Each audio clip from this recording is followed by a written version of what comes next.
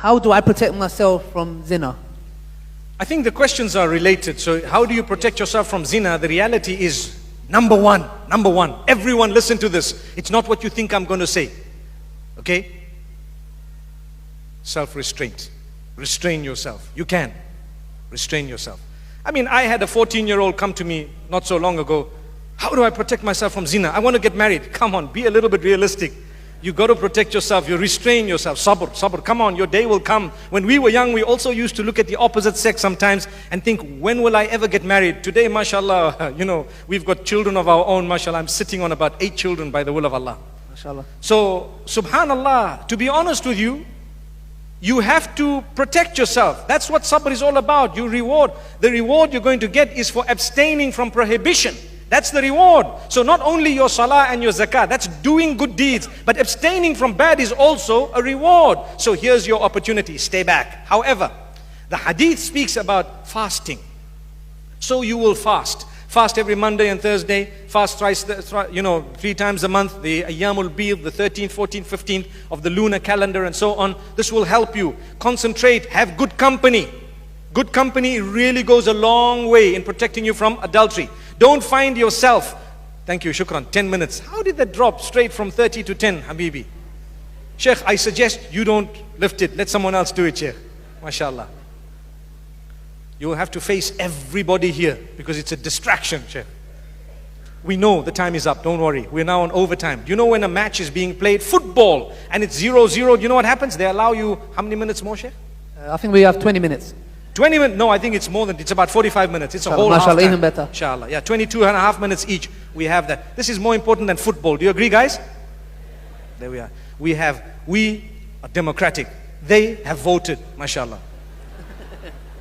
Okay, so what we need to do, subhanallah, is protect ourselves, have good company, read a lot of the Quran, go into lessons, try and expand your religious learning. Watch out how you use your phone. How you use your phone. I want to tell you something sad. Many of us feel we're in love with someone because of the phone. But the person in real life, I've come across so many who've got married as a result. A few have been happy, but a lot say, it's not who I thought it was. You know why? Today, like you have Photoshop, you also have akhlaq shop. Which means somehow their akhlaq is shopped. You think that they're really amazing. And when you live with them, they ignore you. They're on the phone with someone else. And you start thinking, so don't be deceived by the phone. You know, when someone says, I love you, wallahi, so many of them are just saying it because it's just like saying, hello, hi, how are you? And you know what I love you means sometimes nowadays? I want to use you. That's what it means. I promise you it means that. Have you seen what I've said once, some time back on Twitter? I said, if people can say lol without laughing, they can say I love you without loving. And I think a lot of people caught on that. But I want to add something else today and tell you, a lot of the people say I love you and actually mean, without you knowing, I just want to use you. And because women are generally, emotionally, they get more attached. It's sometimes the youth, the young men who are abusing this attachment. So be careful.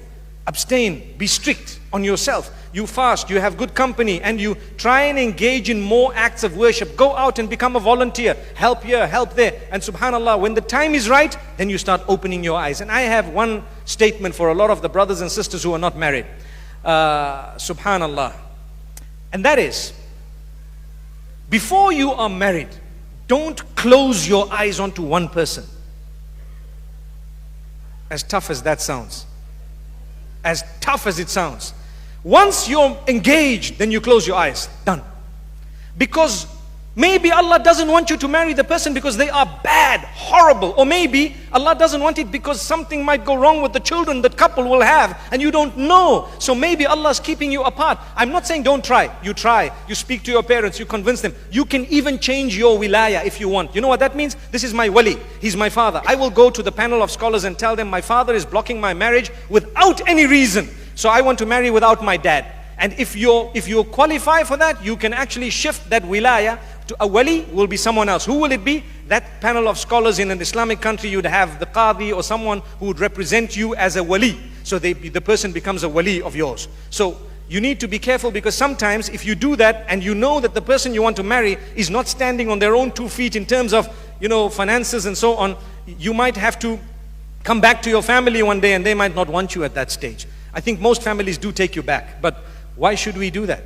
May Allah subhanahu wa ta'ala grant us ease. So if you want to protect yourself from zina, there are steps. The hadith speaks of fasting and lowering your gaze. Today people watch movies and watch this, and you know what? We see all these tutorials. Hijab tutorials are being watched by the males. I don't know what for. Hijab tutorials. And they forward you and say, did you see this hijab? You know, is this the camel hump? Brother, there's a hump in your head, man. May Allah subhanahu wa ta'ala forgive us. What are you worried about this thing here for? Take it easy. Let the sisters go ahead and have a peep. But then you look at your wife and you say, you know, I saw the tutorial. I think you need to look a bit like so-and-so, you know, so-and-so. May Allah forgive us. So this is why we don't lower our gaze, and we don't realize lowering the gaze is very important, even when it comes to the screen. I know, you always get wise cracks in the youth. Sometimes they say, but Sheikh, I'm lowering my gaze, looking in the screen, I'm lowering my gaze. That's not what it is. You know what I mean. You don't look at these things by the will of Allah. And if you do, you are allowed to say, MashaAllah.